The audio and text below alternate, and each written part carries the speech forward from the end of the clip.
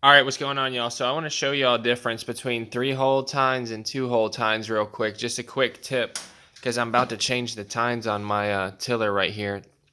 This is sitting on top of the tiller, but here's 3-hole tines. These are 3-hole tines from eBay, and they're cheap. They're like 50 bucks or whatever. And here's 2-hole tines, which are what the originals are. And these are, more than double the price. But they're actually, you know, they'll actually work. So on this tiller, this is a Troy built horse, and you can see the difference. You see the profile difference here of how this is like moon shaped and this is more straight. Well, when I took it all apart, I went and filmed it, and I was going to show y'all me replacing all of them. I took it all apart, and these ones didn't fit on there. The cheaper ones didn't fit on there.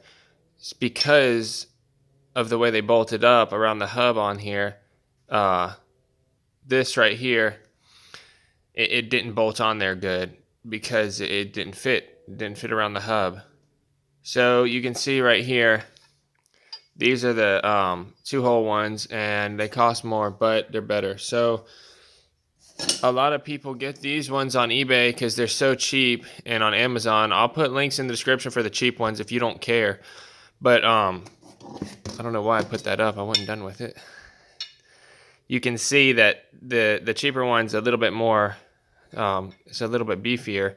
But a lot of guys say that 3rd hole right there, that it'll snap on rocks. If you hit like really rocky soil or like hit a big root or something, it'll snap right there. And it's totally stupid to have a weak spot right there on something that, digs in the ground like that. It's totally dumb. And if you weld it up, it's going to create a weak spot there too. So just get the 2-hole ones. That's what I did. You might not care if you're just tilling up, a little bit of stuff here and there, but I actually use this thing to make money, so I don't want to go with the cheaper tines. And these were made in USA. These are made in India, I think, but God knows where they come from. But they, like I said, they don't even work, because you can see on this tiller, they don't even work. You see well, you can't see that.